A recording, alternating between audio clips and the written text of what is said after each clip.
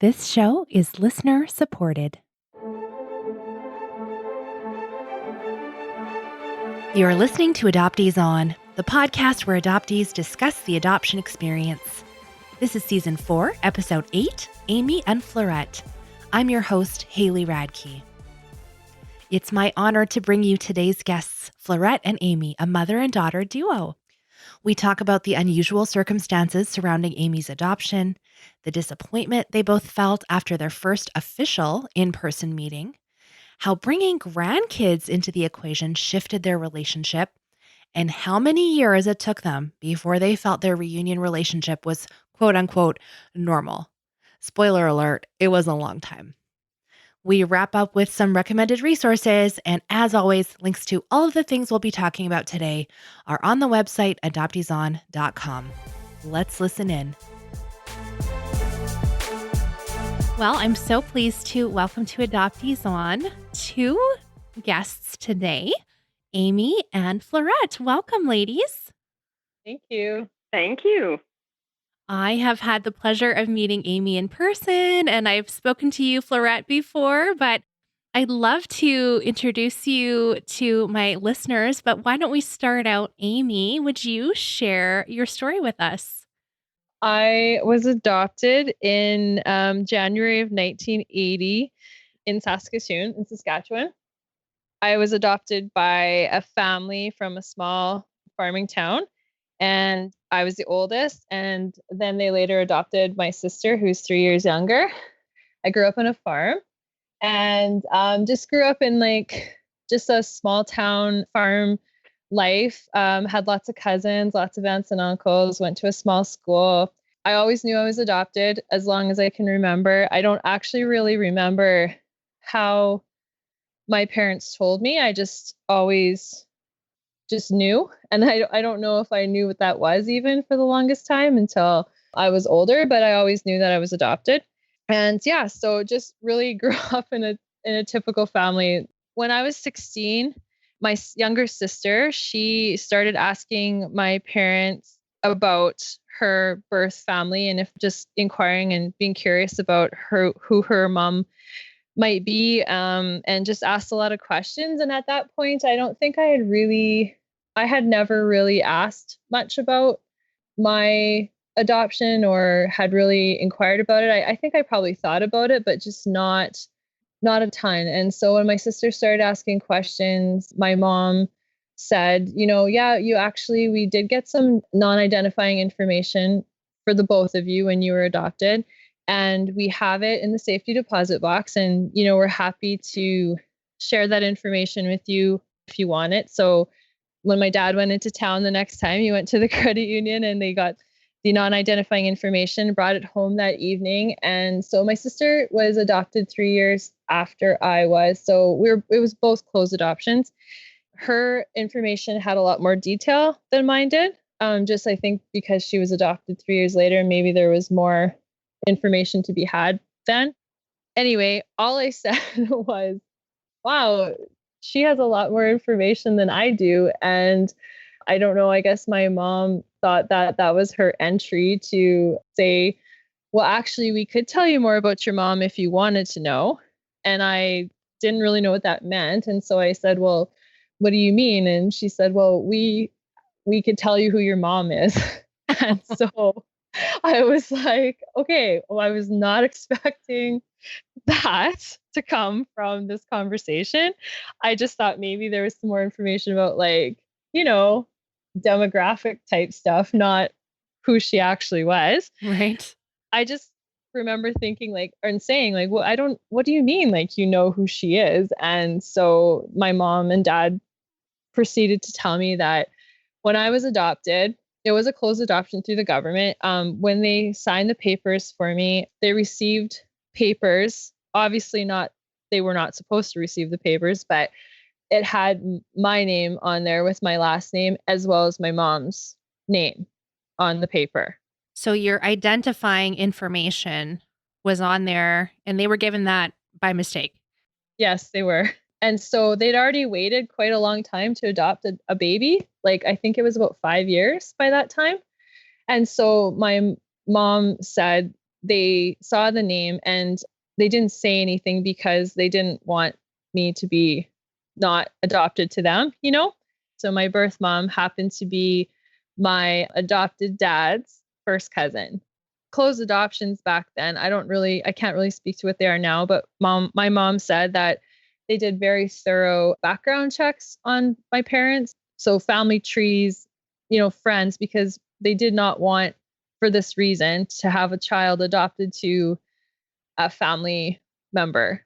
And so obviously someone dropped the ball. I don't know who it was, but somebody and somebody dropped the ball.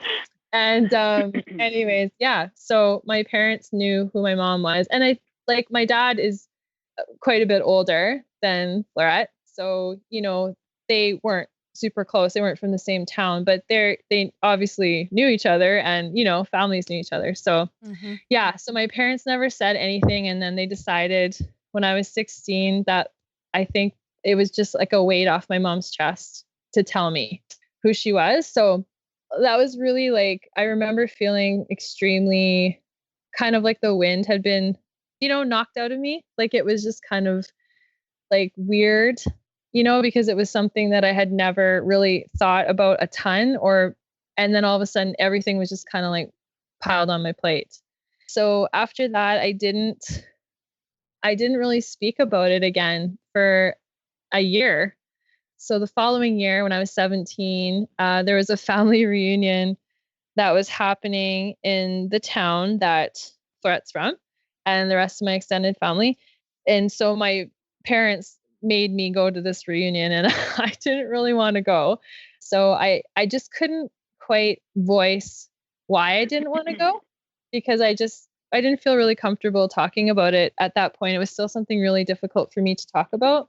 And so I finally was able to voice to my mom, the day before we went, that, I really don't want to go to this reunion. And she asked me, why don't you want to go? And I said, well, what if she's there? What if she's there? And what am I supposed to do if she's there? And so my mom just said, I'm so sorry. We just really have always known that who you were and that you were her daughter. And so we didn't even, put it together that we would be worried about it. We've just kind of always lived with it. So she said, if we go and it's too difficult, and, we can go home early or whatever. So yeah, we went to this family reunion, and I think we were there for a total of 20 minutes. We pulled up, and I was getting out of the vehicle, and I was getting my shoes, I think, out of the vehicle, and this other vehicle pulled up not far from us. And this woman and this man got out of the vehicle, and I just innocently asked my mom, who's that? Just because, of course, aside from your own immediate family, you don't really know anybody at a family reunion. And my mom said, well, actually, that's your mom. And so, yeah, I saw her for the first time. And yeah, it was just very weird, obviously. For the rest of the weekend, I had to go through the whole weekend just pretending like I didn't know who she was. And sitting across from her, eating or whatever it might be, all weekend. I saw her all weekend. And yeah, I couldn't go over to her. Obviously, I never would have anyways, but it was just obviously very traumatizing. And I don't think I realized the level of trauma till much later, but yeah.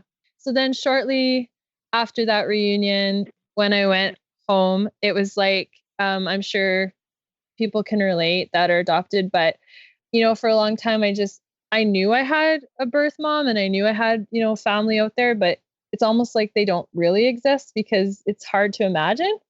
And then when you actually see, because I saw her, and not only did I see her, but I saw, my grandma and my aunts and uncles and my cousins who were younger than me. And it was just I couldn't put that away anywhere, So when we got home, I said to my mom, I just feel like I need to do something about this, and I'm not really sure what, but I feel like I need to at least reach out or something. I didn't actually really know where to start because I was only 18 at the time. And so my mom said, why don't I phone your grandma, who is Fleurette's mom? And she said, I'm almost positive in my heart that she also knows deep down who you are. And so if I phone her first and, tell her, she's probably not going to be super surprised. And then maybe she can help navigate how we can, reach out to Fleurette. Wow. Yeah. Okay. So let's pause there. So Fleurette is your birth mother. Fleurette, why don't you tell us your story? My story. Oh, yikes. Well, I got pregnant at 17 years old.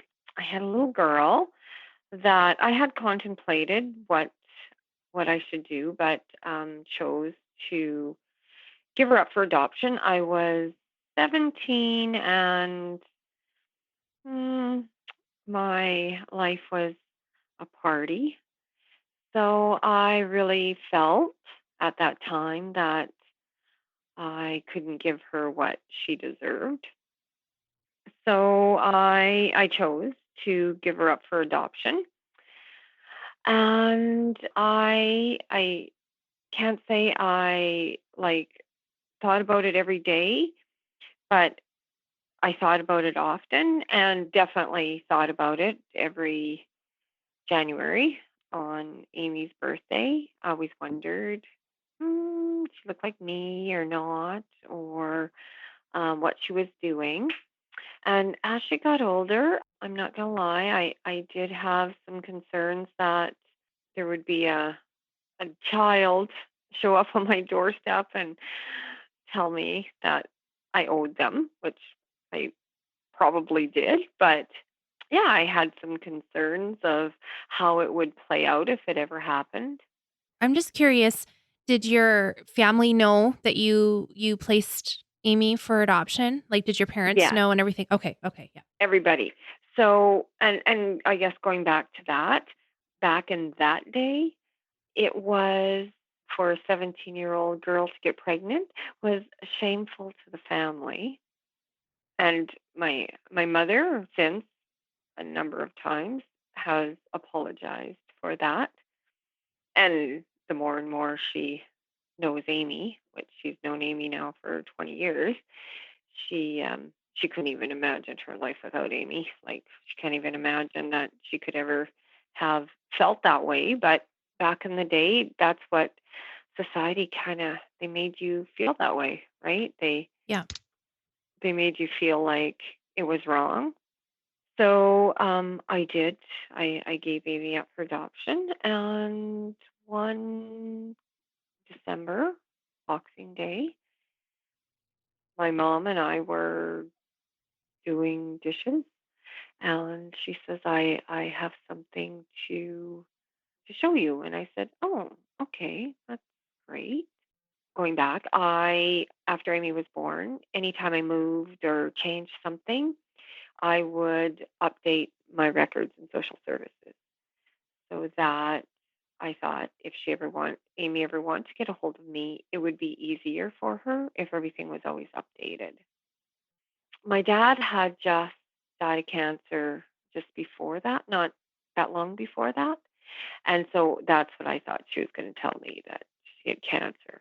So we went into the bedroom, and she said, well, I got a phone call and I got a letter a couple weeks ago. And I'm thinking, I didn't update your records in social services. So she just said, yeah. She says, well, it turns out your cousin and his wife. And I said, yeah. And it says, it turns out their oldest daughter is yours. So mm, that was very, like, it's shocking, right? It's kind of surreal because you've thought about it for 18 years, and then all of a sudden it's right there. So it didn't really seem like it was real. But as soon as they told me who Amy was, I went back to the family reunion, and I knew right away who she was, because there were times at the family reunion where Amy and her cousin would be sitting with the adults. And you know how it is when you tell a story and you're telling someone a story, and you're finished a story, and they they just keep looking at you, and you want to say, "Okay, I'm done my story." So I remember going back to the family reunion that I would look over and this girl is just staring at me. And so yeah, I knew right away who she was. They didn't have to tell me to remind me what she looked like or anything. I knew right away who she was. So, Fleurette, did your mom, did she know that Amy had been placed there? Like, did she have suspicions? Because, I mean, the timing, like, my daughter just had a baby and then my cousin adopted. Yes, The timing is kind of uncanny. exactly. So my dad came from a family of 12. So Amy's adopted grandmother and my father were brother and sister. My mom, my oldest sister, and a number of my aunts had all suspected from way back, almost from day one. And I'm not sure how it is now, but back then we had to write a little bit about ourselves. And I know Amy will say I wrote a very little bit about myself. And they adopted parents wrote about them.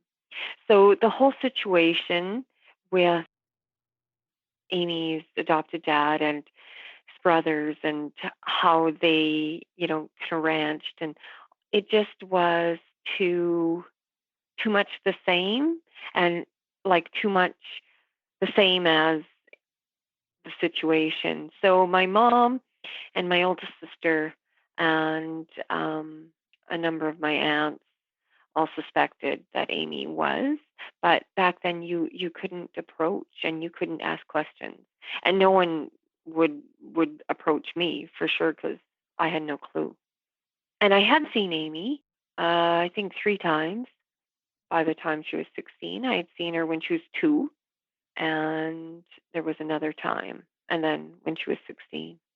But I had no clue then. You said that you sort of feared this child showing up at your door sometimes, and then yet you kept all your information up to date with social services. Yeah, well, I did because even though had a fear of it, it was still what I wanted. So your mom sits you down, tells you that Amy is your daughter. How does, and you mentioned that you've been in reunion for, like 20 years, but how do you first connect? Well, Amy had written a letter to my mom, so mom gave me the letter. So I think it was your birthday, wasn't it, Amy? Yeah. January. I Yeah. called you. I called with very much my husband.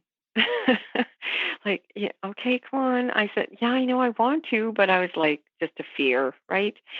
So I thought, okay, well, I'm the adult here, so yeah, I need to step it up a notch.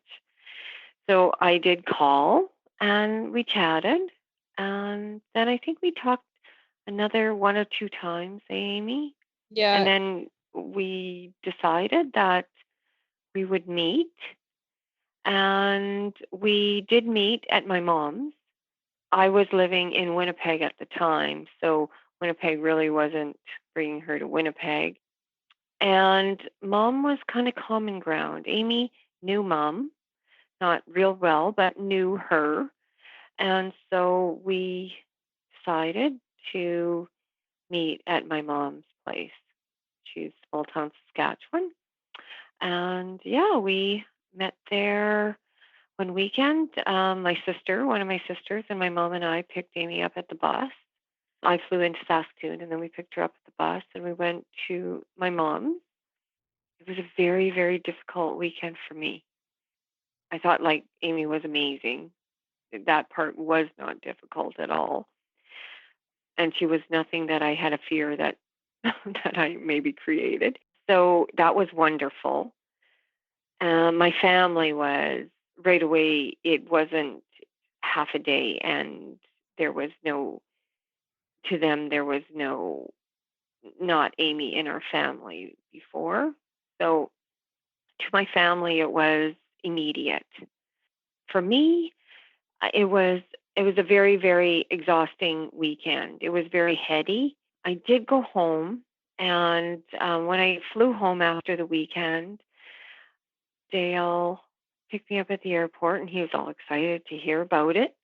So how was it? Like, it must have been awesome. And I said, Dale, it was a terrible weekend. And he said, what?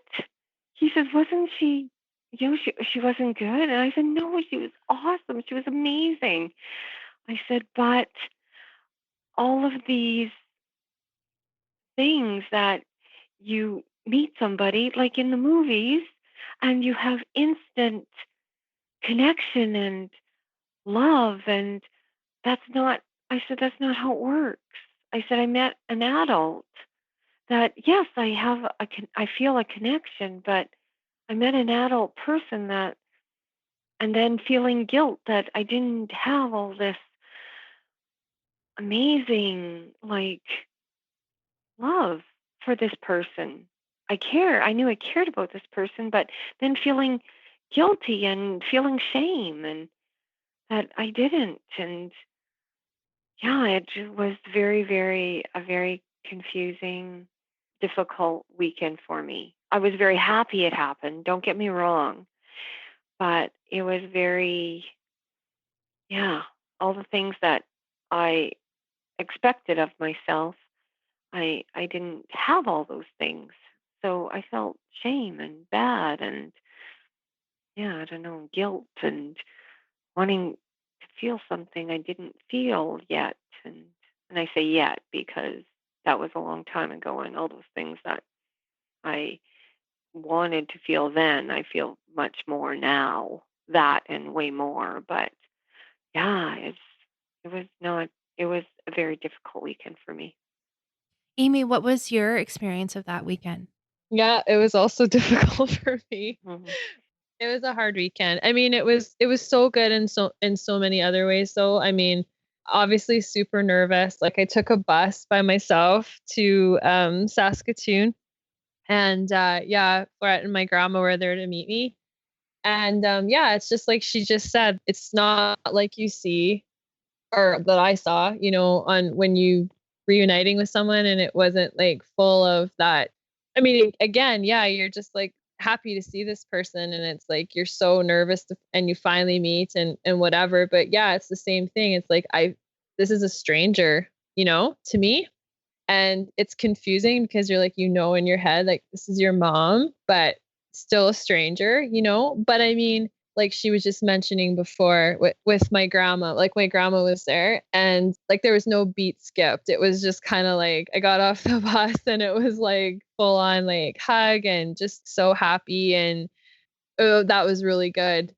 Yeah, so we went there for the weekend and same thing, like all my aunts and uncles came and all the kids. I call them kids. They're not kids anymore, but at the time they were little. So I'm the oldest cousin. And so there was just all these littles. And so I got to meet them and that was just so wonderful. But yeah, just so overwhelming. And I was 18 too. Like, I mean, when you're 18 and you think you know everything, you think you're such an adult. And I wasn't like, I was just a kid. So yeah, it was hard for me too, because I just didn't really know how to navigate it. And I felt the same, like and then I thought she didn't like me, like when, when the weekend was over. Cause I'm like, I just felt like, I don't know, like, did she like me? Didn't she like me? Cause I mean, now I recognize it was hard for her too, obviously. But at the time, I felt completely overwhelmed and I left and I felt so sad when I left. And I just, it was just all these expectations that weren't met. And I don't know, I guess the expectations I had of myself and how it would go. And it didn't happen that way. It's so interesting to me because I thought that maybe this would go a little smoother for you guys because, Amy, you're adopted basically into the extended family. And so, Yeah. You talk about these similar upbringings like the farm and ranch and all this rural, Saskatchewan kind of stuff. And yet still, like, it's not quite, yeah, wow. Well, thanks for sharing that, ladies, because I think it's so good for people to know, like, reunion is not like a TV Oh show. gosh. No. It's so not. No.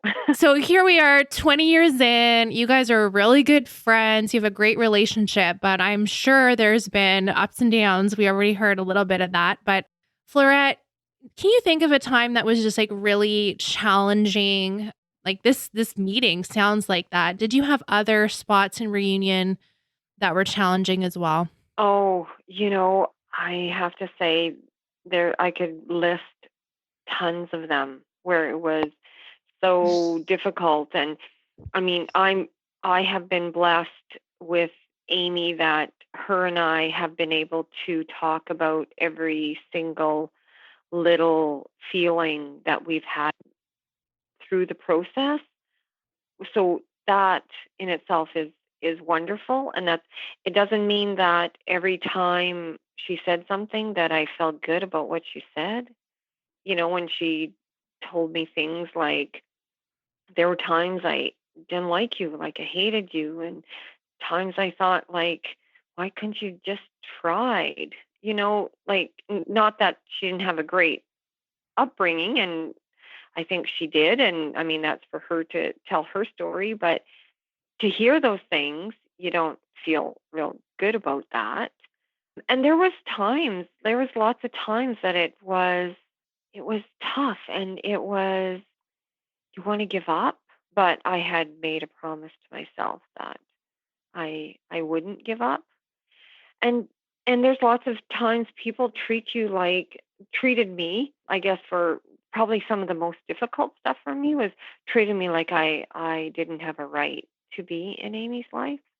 That a birth mother, and it still is. I still have people 20 years later that I'll speak to and tell them about Amy, and I tell her my daughter, and because she is my daughter and my grandchildren, and then when they find out that I gave her up for adoption and that we've been like in reunion for 20 years, their whole most people, they change speaking to me.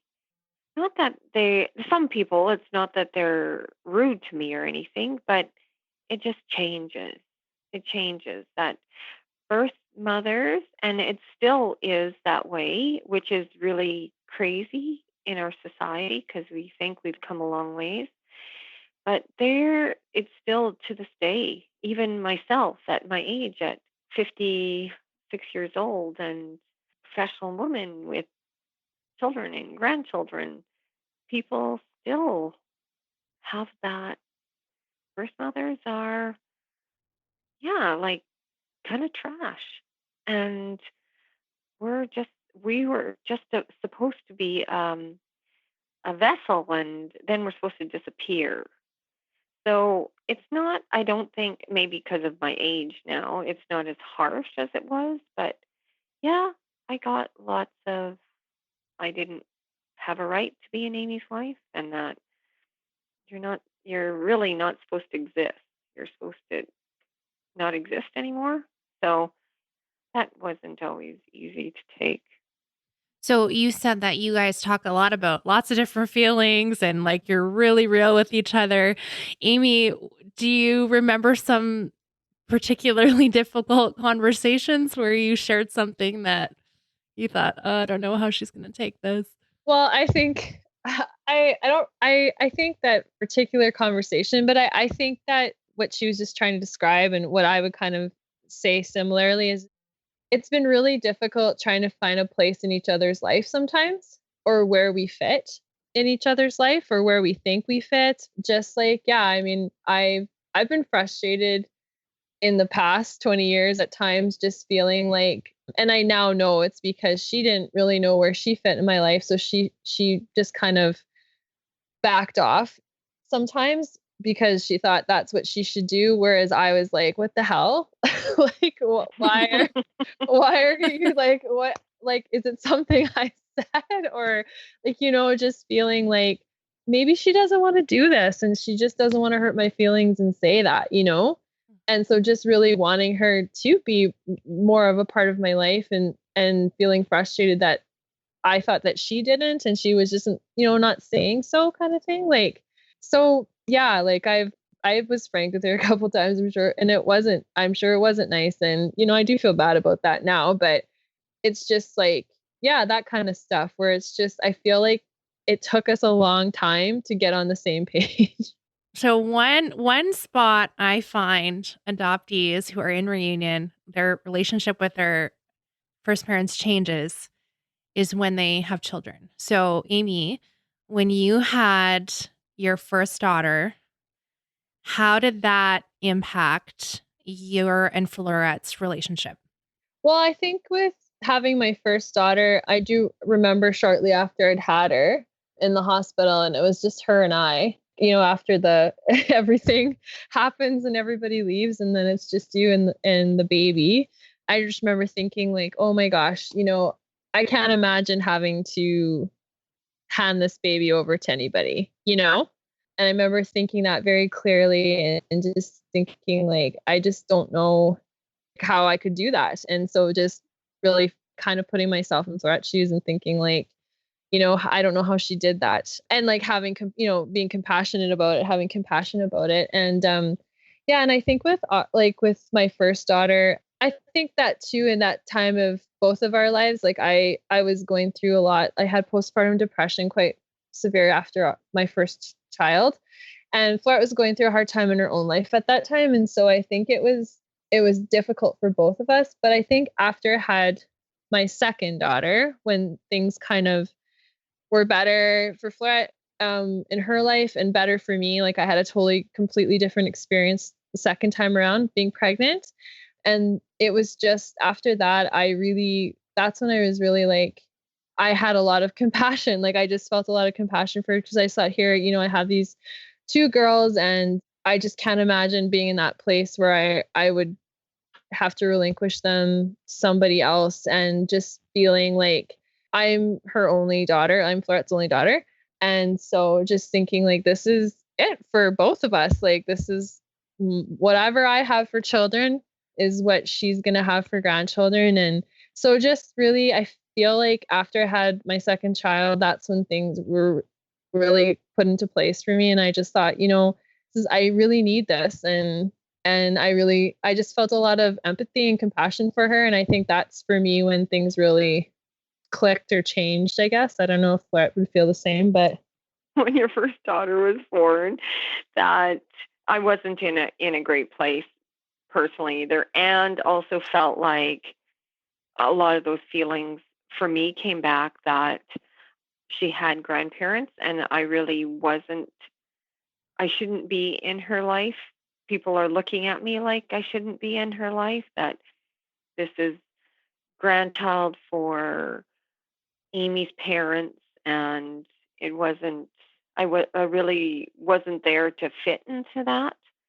And as number two came along, I have, yeah, it really changed for me. I felt better where I was in Amy's life.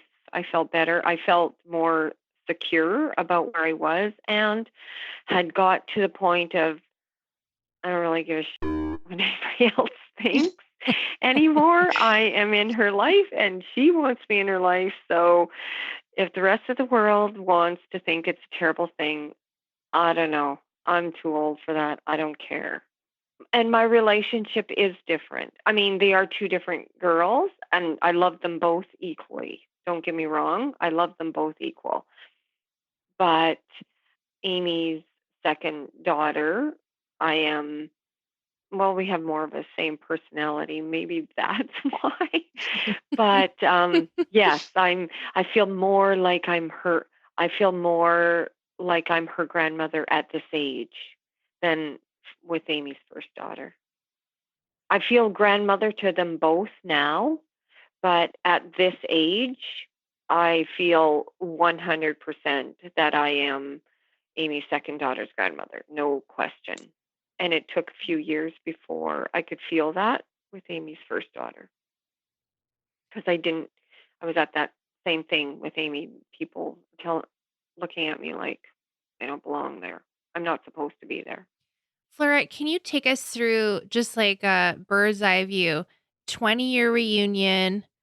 Has it just settled in these last few years since Amy had her second daughter that you felt more comfortable and like you had a place in her life? or did it kind of go up and down? What do you think? Well, it's definitely gone up and down. And I'm going to say each year, it's not necessarily each year, but as each year passes, it became more and more that we were mother-daughter. And something Amy's adoptive mother did tell me way back, and through tough times of feeling like I didn't belong, I would go back to it. And she told me one time, she said, Fleurette, this is our normal. She said, it is not, because it had come to a point where I was really upset one time with people telling me or treating me like I didn't belong. And she and I had had a conversation, and she just said to me, she says, Fleurette, this is our normal. People don't understand it because it's not their normal. She said, this is our normal. She says, I knew my whole life that this is how that I would have to share Amy with her birth mother at some point. She said, so this was my normal. This was going to be my normal life. That's not normal for somebody else, but it's normal for us. So for me, that's what I held on to lots of times when it was really, really crappy. I just kept going back to that. This is our normal. I don't care if you don't understand it. You don't have to understand it because it's not your normal. And so, yeah, there was lots of ups and downs. Sometimes felt really close with Amy, and sometimes we went through times that not so much. But yes, definitely, I would say the last 5 or 6 years, Amy. Mm-hmm. Yeah, probably 5 or 6 years. Yeah, have been where I feel like no one can tell me Amy's not my daughter. Mm. Like, she is my daughter. I don't have to explain that she's not just my daughter, that she is my daughter. So, yeah, probably the last 5 or 6 years for us, for me anyways, is where I felt really, really like I belong the most, like belong all the time. Like I don't feel times anymore that I don't belong as. I know Amy has also an adopted mother, and a very good adopted mother, in my opinion. And I think she's a great person. But I don't feel like I need to I don't need to take a back seat to it anymore. I don't feel that anymore. And there are lots of times in the last 20 years that I have sat and felt like, oh, I just wish she's just mine. But yeah, so last few years. And I just want to say something about my family. I am thankful every day the last 20 years that they have not skipped a beat with Amy. There was no them ever, we need to feel adjusted that she's in our life. There was never, ever that moment.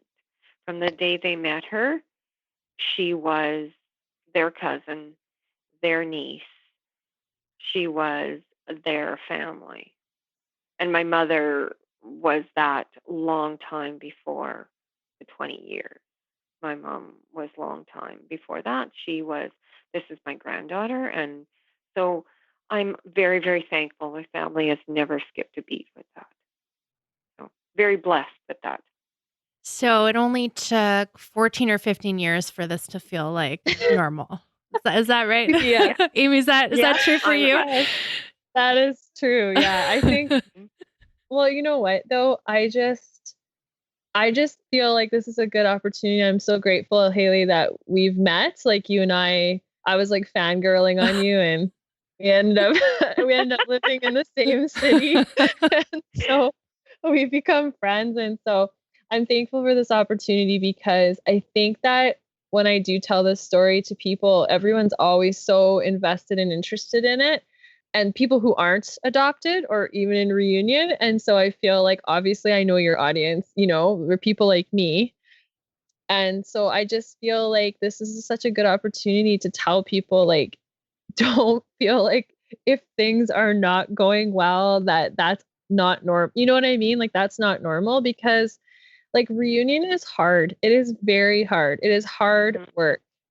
and it is not easy. So it's just, yeah, I think that, 14 or 15 years. And I mean, I think now we have a great relationship. And, and like Fleurette was just made reference to, a lot of why I hung in there was because of my family, my extended family, her family, aunts, uncles, cousins, and my grandma, because they did not skip a beat. And I do not feel 1 ounce different than anybody else in that family, So they've just shown me a lot of love. And so that was it was great encouragement for me to hang in there, So if you had been like, well, I think I'm going to pull the plug, but I just can't let all these people go. Yes. I mean, I'm just being honest, right? This is some of the things that go through our head, right? Yes. No. Mhm. Absolutely. I could not, like, I did think that. I did think that at certain times, especially early on, you know. I did think that more than once. Like, I just don't know if I can do this anymore. But honestly, I couldn't do that, just because I just, like, I love them so much. And and to this day, I mean, like, I still have such great relationships with them, and like, I couldn't imagine my life without them now. It's just not even fathomable to me. They were like a lifeline for me in a lot of days. And Fleurette, you had said too, like you had just decided, no, I'm here, I'm in it, no matter what kind of thing. Yeah, I did. And I had to tell myself that a lot of times, because I felt a lot of times that I need to give up. Like, I just feel like this is just too hard. But then, you know what? You felt like that. And then you woke up the next day and you thought, no, that you can't give that up. And there is like, nothing good comes without working for it. So I kept telling myself that this is good. And yeah, there were tough times, but there's also good times in those tough times. But yeah, I don't know. I just can't even fathom the thought that, had I given up. I mean, we weren't super tight like we are now, but yeah, I just couldn't. And I keep saying it, and I know I'm repeating myself, but yeah, I can't even. The thought of that I could have given up is just, can bring me to tears. And you guys have always lived a fair distance from each other, is that right? No, we did live in Saskatoon at the same time for a few Mhm. years. Yeah, yes. I think there was about 5 or 6 years in there, 5 years maybe, that we lived Yeah, I think in so. the same Something like that. city. Yeah. So, practically speaking, how do you guys keep up your relationship? Are you talking on the phone? Are you texting? I sound like an old lady now, but are you texting? What are you- We try to talk. I think we hope, like, I think we talk at least once a month-ish. And maybe I mean, we text a lot. Like, I feel like we text fair often. Yeah, I do try to text her pictures of the girls quite Mhm. often, like, just which I because love. because she isn't here. So I do try to spam her with pictures of the girls. But yeah, I mean, I obviously wish we saw each other more. Like, I'm not gonna lie. I do wish we saw each other more, and spent more time together. But I mean, honestly, it is what it is. And, I'm grateful for the time that I do get to see her. Actually, I'm going to see her this weekend. So I'm looking forward to that. I agree. I mean, I absolutely wish I was closer. Like, I'm very envious, and sometimes beyond envious, jealous of some of my friends who have their grandchildren near them. So I do, and Amy. Yeah. And Sorry. me. Yeah. Oh, I know where I am with my dad too. When Yes. he's here, it's I- like, the boys are the fun part. Yeah. But I do wish we were closer. But we do text, and Amy does send me pictures, which I love. And we do try to talk once a month. And That's great. yeah, I would love it that I was in Edmonton, and I could just be there. Well, I know you guys have talked about a lot of hard stuff this interview, so I really appreciate that. Thank you for opening that stuff up. I want to hear, before we go to resources, some of the awesome stuff, some of the awesome moments, like the really great things that have come out of reunion for both of you. Who wants to start? Amy, you can start. um, oh gosh. Well, for me, I'm gonna say it again, but I would say it's definitely. I mean, besides having a really good relationship now with Fleurette and like, just having that, I do really love my family. Like I love, my aunts and uncles and my grandma, my cousins, and like it's been one of the greatest joys of my life, really, to watch my cousins grow up and just still be really close to them to this day and good friends. And so that's been awesome. And just having this great big, like wonderful family to be in and just yeah, like I just feel after 20 years, like sometimes I look behind me and I just think, man, like I didn't think I was gonna make it a few times. And and I did, and I'm happy about it. And so just I think that sense of like feeling okay about where I'm at and so thankful that I did. And I think what another great thing for me too is like I am super thankful that I did this at 18 because then I've had, really since I turned 18, the rest of my life to have these relationships, like it wasn't just versus, if I was like 45 or 50 and then just meet these people kind of on the fly. So I feel like I've been able to create more time and space for these relationships. And didn't you like celebrate at this point now you've been in my life longer than without? Yeah, we had a big Mhm. party 2 years ago. Clark can talk about Yeah. that. She hosted it. Yeah, we could talk about that. Well, that must have been a high point. That's awesome. Yes, it was very fun actually. Yeah, it Yeah. was just because when I turned 36, then from that point forward, I would have been in their lives longer than I wasn't. So going forward after 36, it was kind of like all that other time was behind me and every time or moment afterwards was just extra time that has kind of surpassed the time that I wasn't around. So it was very nice. It was a really nice time. Okay, Fleurette, your turn. Well, I want to say ditto.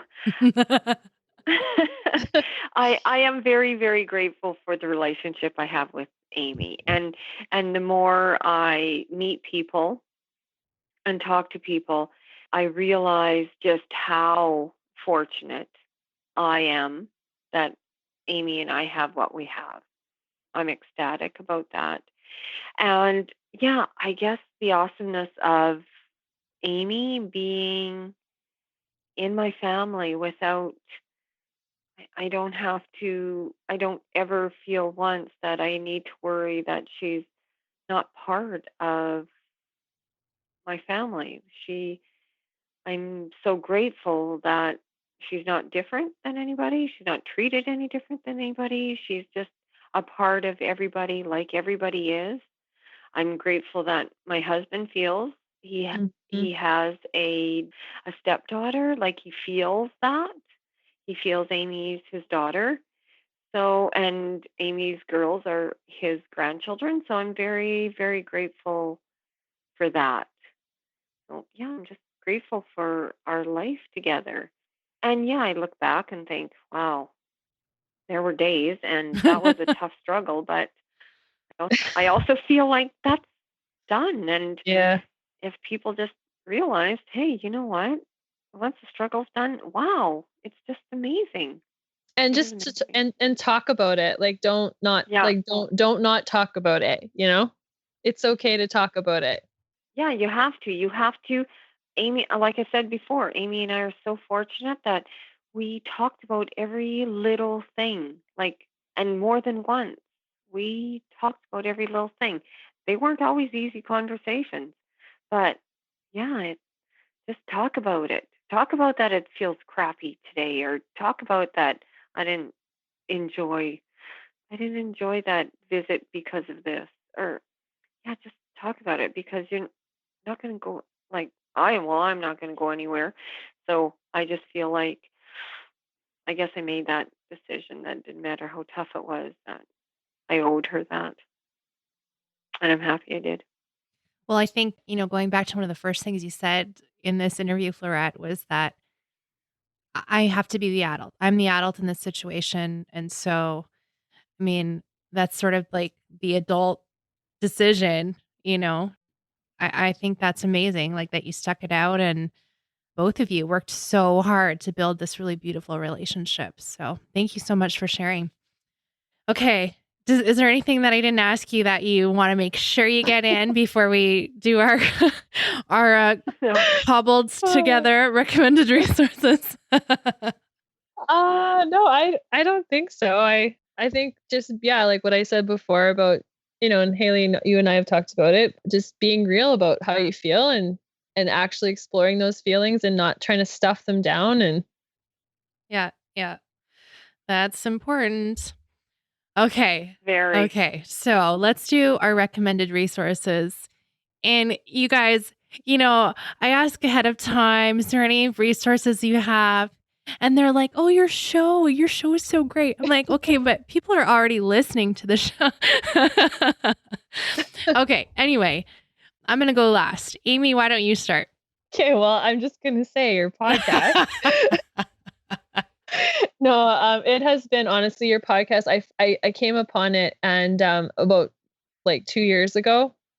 It's just been like a game changer for me, just being able to hear other people's perspectives about adoption and, just how they feel about reunion and how they feel about being adopted. And it's so validating. So that's been great. And then, well, are you going to talk about our support group?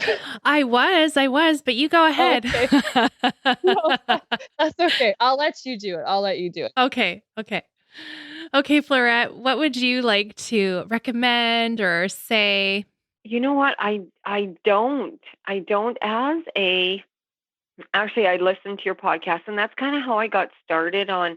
No, I shouldn't say that. I've always been interested and always reached out to people that were either adoptees or birth parents or adoptive parents. And it's always kind of been a passion, clearly for a lot of obvious reasons, for me to understand. But your podcasts are what really got me reaching out more to people and I'm actually trying right now, working on it a little bit, a support group. But I'm not sure if it should just be birth parents or adoptees, adoptive parents, everybody. So I'm kind of researching that. I do have to say there isn't tons out there for birth parents, or I guess I shouldn't say that. None that I have found. And I would like to say to anybody that, birth parents especially, but anybody, that if you need to ever talk, anybody needs to chat or ask questions or just need someone for a shoulder, I am more than happy to be that person. I just don't think there's lots out there, especially I find anyways, for birth parents. Mm-hmm. So I went to the Concerned United Birth Parents retreat in California. So they're based in the US, but they're a really great resource for birth parents, and they have support groups across the US and I think a few internationally as well. And I'll put the link to that in the show notes. And there's also an organization in Canada called Origins Canada. And I think they were started by first parents, but they are also a resource for adoptees. So those are a couple of options for first parents to go and look for resources. I believe there's also a first parents group organized out of Vancouver. And so there's a few Canadian ones, but it's so funny, y'all, because, you're not the first Canadians I've interviewed on the show, but by and large, my audience is American, which just delights me to no end because, hello, I'm in Canada. But I find that, the US network just seems like it was easier for me to connect with. And Canada has just been, I don't know. I don't know what's up with that. But Yeah, I agree. there's little pockets here and there. But yeah, so if you're listening and you are in Canada and you know of some good Canadian resources, please reach out to us. We would love to link to those things from the Adoptees On website and talk about them on the show so people know about them. Can I just say one more thing? Yeah. Sorry. Okay. I know. No. I know Katrina Palmer listens to your podcast, and I'm taking a minute to just say, like, I love her book, An Affair with My Mother, and I listened to her interview with you on the podcast, and it was amazing. And so I am a huge fan. So I just want to say that's also one of my resources, but I know you've already used that as a resource, but I just want to say I loved it. So. Oh my goodness. So yeah, it's been so good. And while we're recording this, we're sort of just about wrapping up book club. So by the time this airs, we'll have been finished, but that's been amazing. So if you didn't join book club, you missed out big time because Katrina has been in there answering people's questions and commenting. Like, it's been really, really special. So I'm really glad I got to do that. Okay, I'm going to recommend my thing. Well, you know what? This is so special for me because Amy emailed me. I don't even know when you emailed me. It must have been a year ago now. Yeah, a year ago, yeah. I probably still have emails in there from a year ago I haven't answered. But anyway, I didn't get back to her. And then I finally emailed her a couple months later, which is about usually how long it takes me to email back. So just in case you've emailed me, it's in my inbox. Don't worry. I will get back to you. And anyway, so I emailed her back, and then right away she's like, "Oh, I just listened to your finale. I didn't know you were in Edmonton." And so we met up for coffee, and that was like so special. That was the first time I had ever met a listener in Edmonton. I had met a listeners at an adoptee conference before, but I mean, everybody was adopted there pretty much. And so, I don't know, for some reason that wasn't quite as, like, this moment was like so special. And so I just have such fond memories of that and hearing your story in person, and it was so powerful for me. And that's one of the reasons why I really wanted to start a support group in Edmonton. Not because I was like, oh, Amy has some problems we need to work out. And don't take it that way. I'm the one that has the problems. But seriously, I was like, it was just so great. Like, there's other people in my very own city that are dealing with similar things. And, to be face to face in the same room is just something extra. So all the Facebook groups are great that are online, and we can connect with adoptees that way around the world. And that's really special, but just something about being in person is just amazing. And so we have started our group, and the first few meetings were just me and Amy. So thank you. It was sad. It was a little sad, but we managed to find lots of Yeah, I don't know how we did that. We didn't just get our each 5 minutes, but we got the whole 2 hours. So it's pretty good. But there's a little group of us now that have started meeting regularly. And so if you are in the Edmonton area, we'd welcome you to come and join us. And if not, there are adoptee support groups popping up all over. And maybe if there's not one in your area, maybe you're the one to start that. Just like Fleurette is going to start something. Right, Fleurette? Yes. That's right. Yes. Okay. Well, it's been so lovely chatting with you ladies. Why don't you tell us where we can find you online if people want to say thanks for sharing, or if they have questions about reunion stuff, if they want to reach out to you. Amy, where can we find you?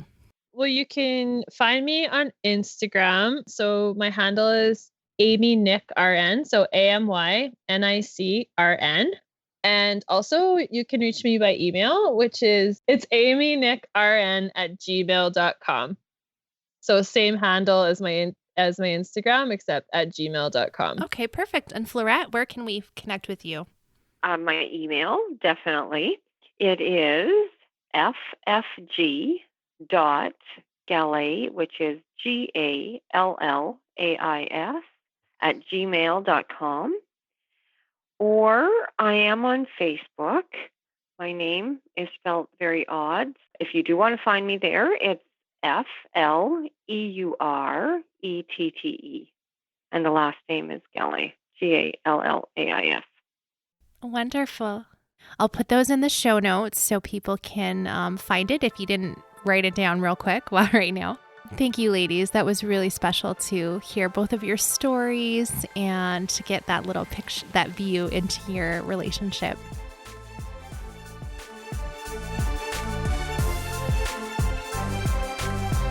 Did you know I have a monthly newsletter? It's a place for me to share my personal thoughts with you, things I wouldn't post in a public blog, and also any behind the scenes news for the show, all that good stuff. If you'd like to be among the first to be in the know, you can sign up on adopteeson.com/newsletter. If you'd like to connect with other adoptees who are on this healing journey, come and support me on Patreon. You can help me by pledging a monthly amount that helps sustain the podcast. And as a thank you, you can join my secret Facebook group, which has all of these incredible people in it who are just like you. Adoptees only. We are navigating awkward reunions. We are searching. We are working towards healing and wholeness in relationships and with ourselves. And we're all just going on this journey together. To join, go to adopteeson.com/partner, and you'll find all the details there. Thank you for listening. Let's talk again next Friday.